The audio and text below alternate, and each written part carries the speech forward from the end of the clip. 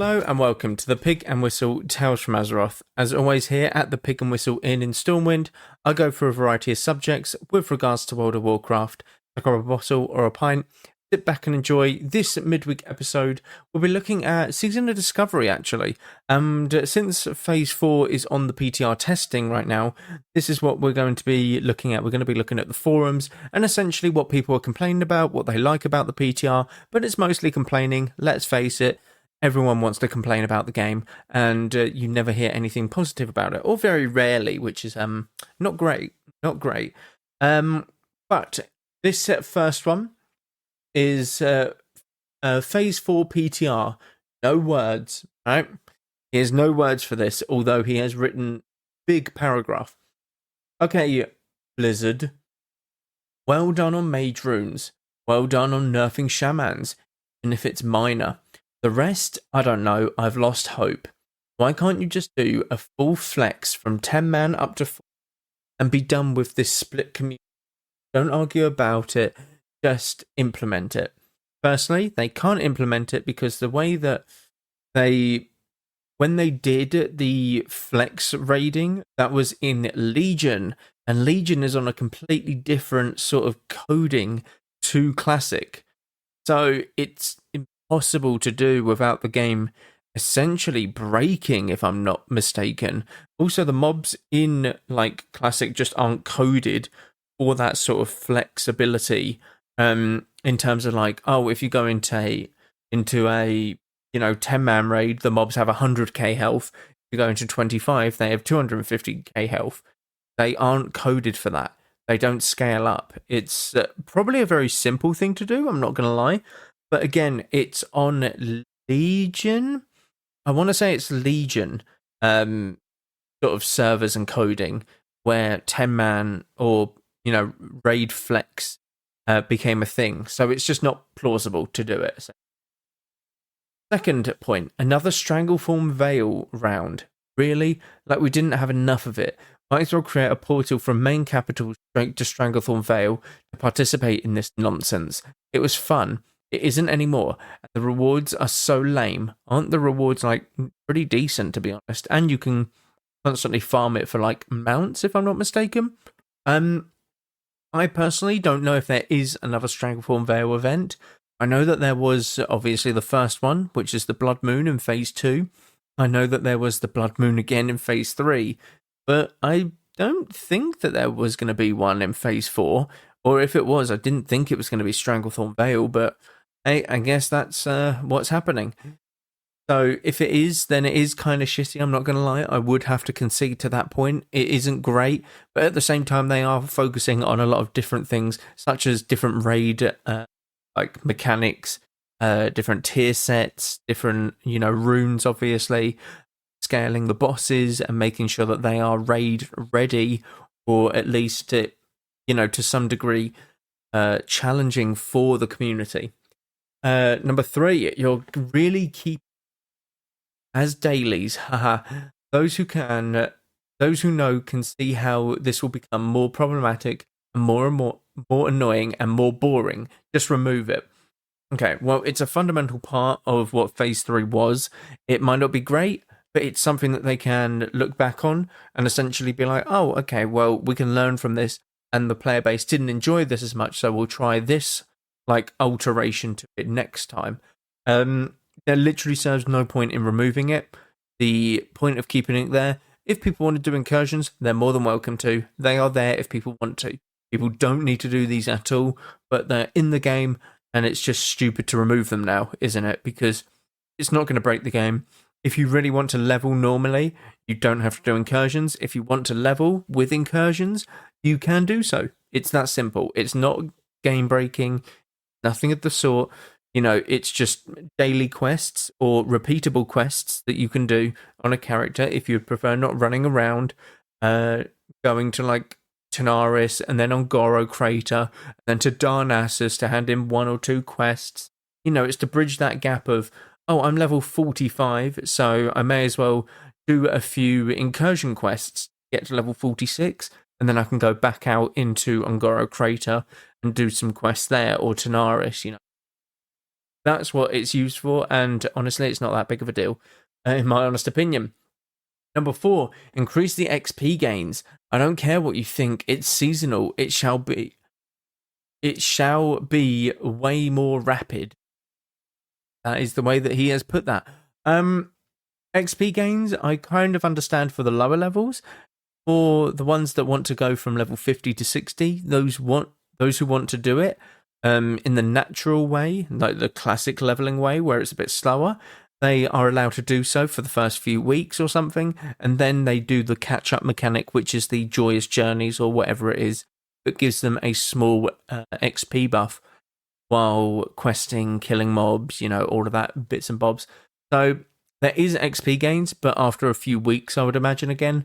This isn't really make or break. Again, people want classic, but they want a different version of classic, which means that the leveling side of classic is really good. The leveling side of classic is what classic was. So you don't change the leveling to some extent. Obviously, versions have changed it, but you don't, change it in terms of how much XP is needed, how much you have to grind for it, bits and bobs like that. Yeah, I don't think this is a point that needs to be argued, in my honest opinion. Number 5, all old runes should be purchasable with gold on an alt, 1 gold a pop. I don't care. I'm kind of not against that idea. If you have unlocked it, then you should be able to purchase it. If you have not unlocked it, then you mustn't be. Then you're not allowed to purchase it. It should be that simple. And I think you would go for a little bit more, maybe like 10 gold or 5 to 10 gold, something along them lines. That way you'd have to farm the gold on your main, send it over to alts and stuff like that. So there's still a little bit of a locked window behind these runes, and you still have to earn them to some degree. 1 gold is very, very cheap, in my honest opinion.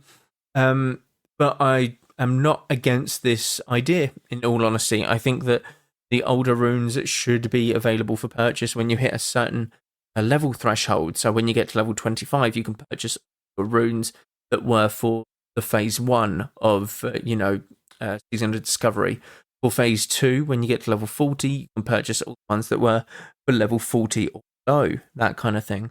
You can still go out in the world and get them, but if you want to just be lazy and wait, you can wait until that level threshold and then just buy them with gold. That one kind of makes sense. Number 6, honor rank 10 isn't enough. Should be 13. I know it isn't enough because people will be done with it in 1.5 weeks and then we're going to complain again. Okay, I'm not too sure what the changes to the honor mode were. I don't know if there are any, but what I want to do is specify how the honor system worked in Classic.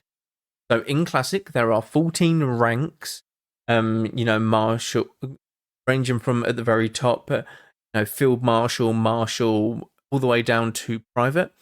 All of these 14 ranks that you got honor during the week, and the amount of honor that you got was compiled in a pool of players and compared to what everyone else got that week. So if you got 100 honor and you had the most out of your entire server, then you would go up the most in that ranking. So say you were let's say rank 10 out of 14, yeah, in Classic, and you were the one who was going to get most honor that week. What was going to happen is you would go up probably an entire rank, okay? Just 1 rank, that's it. And you got the most honor. You got like 60 or 600,000 honor that 1 week, okay? Now that's a lot. Bearing in mind, a kill would have net you, I think it was something like, I feel like it was 60 honor or 140, I can't remember. It was a decent amount. But it did take hours upon hours of just doing battlegrounds and nothing else. It's absolutely crazy how long it took. People cannot be done with this in 1.5 weeks. If this is the classic version of the ranking system, it is physically impossible. It would still take people a month at the bare minimum. And that's really no-lifing it for 18 hours a day for that month. is kind of what I'm thinking. That's how long it would take if they wanted to do it in that time period. Now, for 1.5 weeks, I would imagine that they've changed the ranking system, because he says that on a rank 10 isn't enough. So I'm guessing that they've shortened it to rank 10, which being the max. So he wants 13. I really can't comment it on this, but I would imagine people take more than 1.5 weeks to do this. That's my honest opinion and my guess, so to speak, but I don't think it would be that bad. Number 7, there isn't enough reworked or removed runes. It's probably around 40 to 50 runes across all specs and classes that are never used. Take a fat look at those now during PTR. It's easy to track that for you. I know it, and you know it very well, Blizz. Firstly, they have been looking at that. They have literally looked at some of the runes and removed some. They've altered some of them. They have done this with probably teens of runes already on the PTR, and I would imagine they still do a few of these runes on the PTR, like before the release of it, Phase 4. So they have actually been looking at them, and they already have been changing and cutting some of them. I would imagine this makes room for more or altered versions of these runes, and we'll just have to wait and see with that. But some people might complain about it and be like, oh my god, there's a lack of runes now for hunters or something. Like, I used to use this rune all the time, now I can't. Well, that's kind of shit. It really is. I think just keep the shitty runes, maybe update them or make them a bit better. But at the same time, you can obviously put in new runes for the older slot pieces that you could have done. But it is what it is. I think that it's going to be very harsh to say that, you should be looking at your runes when they legitimately are looking at them already and changing them and cutting them. It is ridiculous. Then he goes on to say, I'm losing my mind. Absolute nothing that is hype about this Phase 4 overview. Throw Molten Core and all the old stuff into the bin. Where is SM Raid, Scarlet Monastery Raid, Crypts, Furbolg Azara Raid? This guy's on something. He is on something, wanting a Furbolg Azara Raid. Now, the Crypts, they never said it was going to be the final, raid. They did say that they were going to alter the current raids that are within the classic experience, but they are looking into other raids. And the Karazhan Crypts being the first one, I would imagine, is what they release. Scarlet Monastery was teased, and I think that they will do something with Scarlet Monastery, because they are changing a couple things and adding a couple of other bits and bobs throughout the game, such as an Ashbringer, which is really, really cool. So I would imagine you're allowed to get the Ashbringer with the new Scarlet Monastery raid, if there is ever going to be one, or the new dungeon wing, anything along them lines. They will be putting this all in. And let's face it, there are so many things that you can look forward to in Phase 4. You have a possible Ashbringer, or different legendary items. You have new tier sets from Molten Core. The bosses will be different in terms of their mechanics, so people will have to relearn Molten Core, which is really good. It's not going to be Dragonfly or Legion or BFA, Shadowlands mechanics, but they're going to be decent, I would imagine. I would like to hope maybe Cataclysm sort of mechanics is the best way to put it. But honestly, I think he's going a bit dramatic with I'm losing my mind. I think that it is ridiculous that he's saying that, and he kind of needs to get over it. And he ends with, and why on earth isn't Hyjal the new featuring zone instead of keeping incursions? You had a moment here to make a real and big max level 60 zone where everyone can be and do different things. Use your creativity. They did with the Blood Moon. They did with, what was the level 25 version? I've forgotten what that level 25 version is. Am I going crazy? I think I'm going crazy. But they have added a lot of different things. They're adding an Ashbringer. They're adding multiple things to new raids. They've added Sunken Temple as a raid. They added Gnomeregon as a raid. They revamped... What was the very first one? I can't remember the level 25 one. Wailing Caverns? No, Black Fathom Deeps as a raid. Like, they are using their creativity. It just takes a lot of time. And the thing is, Mount Highjump is a zone there. There is a zone already in Kalimdor.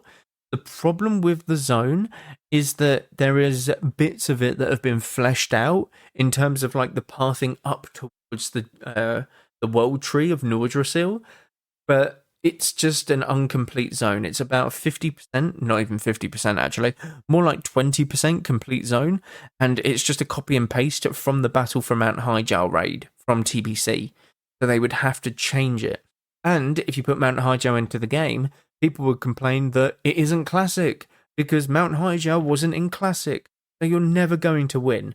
But I think that they should have put Hyjal in because it is a fun zone. I think they'll do that in a later patch. And I think that with the zones that you have already at max level, you have the Plaguelands, you have Silithus. I would imagine they do something with Silithus. You have these types of zones that are very iconic for level 6 players. I think that these are fine enough for now, whilst they're dishing out all of the molten core differences, all of the like updating a potential Ashbringer, updating legendaries, updating tier sets, updating runes, removing runes, nerfing and buffing certain classes. I think with all of that, it is, fair to say that they are doing a lot for Season of Discovery. I feel like they should have done it a bit quicker, but it is what it is. And, classic players do sometimes have to suffer through that fate because retail players know that pain with Waters of Draenor, and even towards the end of Dragonflight with arenas and, class tuning barely happening at the moment within Dragonflight. That's because the War Within is coming up, so a lot of their thoughts are going into the development of patches and expansions, if that's the best way to, understand it. So he goes a little bit overboard, but everyone does with their forum posts. It is what it is. Some things I do agree with him, though. I feel like the runes being purchasable, I do think that will eventually be a thing in the game, in Season of Discovery anyway. And I'm not sure about the PvP stuff. I cannot comment on it at all because I don't know if they've changed the ranking system for PvPers in Discovery. Now, this one is going to be a bit different. Is once again someone crying. Hard mode Molten Core is a terrible idea. Alright, let's hear why it's a terrible idea. I know some people have been asking for harder content in SOD, but harder content just doesn't work in vanilla/classic because of the way consumables work. Even now, a raid night in Sunken Temple can cost you anywhere from 100 to 200 gold per raid night, depending on your class, and it's going to become way worse in Phase 4 due to inflation. We are really expecting Jimmy the Casual down the street to spend hundreds of gold per raid to progress hard mode Molten Core. Okay, hard mode Molten Core is not going to be your mythic 20s. It's not going to be your mythic raiding, okay? Hard mode Molten Core is 3 people get a living bomb on Barangeddon instead of 1 person. So 3 people need to spread out rather than 1 person move to the side and blow up. It's that. That's hard mode Molten Core, okay? Hard content in Classic will just turn into an expensive arms race of reconsuming after every wipe, and that's not even counting the amount of fire resistance gear you need for progression, which will cost a lot as well. We also don't have the quality of life of later expansions, so every wipe means doing the long ghost walk and fully rebuffing, which in turn into a frustrating experience really fast. I thought this is what Classic players wanted. Is it not? They want the Classic experience. That is the Classic experience. So what this guy is saying he doesn't want hard mode because it doesn't work in Classic, but he is getting the Classic experience by wiping and having to rebuff everything, like consumables, buffs, etc. again. Okay? Makes sense. Agrend said, we want to maintain the soda and pretzels feel of vanilla raids, and now we are getting hard modes all of a sudden. Okay, that's not the biggest, step, is it? It's not like, okay, Magmadar has 2 abilities, alright? He throws fire on the floor. Oh, sorry, 3 abilities. He fears everyone within a certain range of him. He throws fire on the floor, and he enrages. And a hunter simply trank shots the enrage. That's it. Move out of fire. That's the boss, okay? What boss do I know? What boss do I know recently? In Farak, okay? In Dragonflight of the latest raid in Mythic, you have 3 mechanics within the first 5 seconds alone. Something along them lines. You have stuff that you got to heal, like during the fight, during a certain phase. You have stuff that you got to dodge, then you've got to pick up these seeds, and if these seeds get hit by any fire at all, it will one-shot your raid, and there's like 8 seeds. When you drop the seed, that person can't pick up the seed again for a certain amount of time, so you've got to transfer it, and you've got to drop it at certain times so that you can soak mechanics as well. Like, there are so many different mechanics. You're not dealing with that in Classic. Hard mode is just simply maybe a bit more health and 1 extra mechanic. It's not that tough, okay? This just shows that the dev team have absolutely no direction for Season of Discovery and is just throwing gimmicks from later expansions at the wall and see what sticks. Well, yeah, that's kind of what it is. It's taking a dungeon and turning it into a raid sometimes. Okay, that's fine. Everyone liked Sunken Temple. Everyone liked Black Fathom Deeps. People didn't like Gnomeregan. That's fine. No one likes Gnomeregan anyway. People like, the runes. And the runes are just simply spells from later expansions. Now, given there's a couple of exceptions that aren't spells at all in the game, but they are mostly spells from later expansions. Penance, Dome, I'm pretty sure you're going to have Pain Sup, you have Wild Growth, you have Starfall for boomies, you have Hurricane, no, not Hurricane, you have Star Surge, it's all from different expansions. So, yeah, they kind of have to see what sticks. Please just can the hard modes and let the community find their own way of making the content difficult with speedruns / passing if they choose to do so. They can still do this, alright? The hard modes are not going to restrict that. The casual player base in SOD Phase 4 dwindle in nothingness if you are putting hard modes in the game and ask the average Joe to fork up hundreds of gold a raid night in consumes to progress hard mode Molten Core. You don't have to do hard mode. You can just do normal Molten Core. Okay? It will be a toggle switch, alright? You just toggle it on for hard mode, toggle it off for non-hard mode. Simple. And I know you can say, just do normal modes. Oh, let's see his argument to this then. But that just doesn't fly in Classic.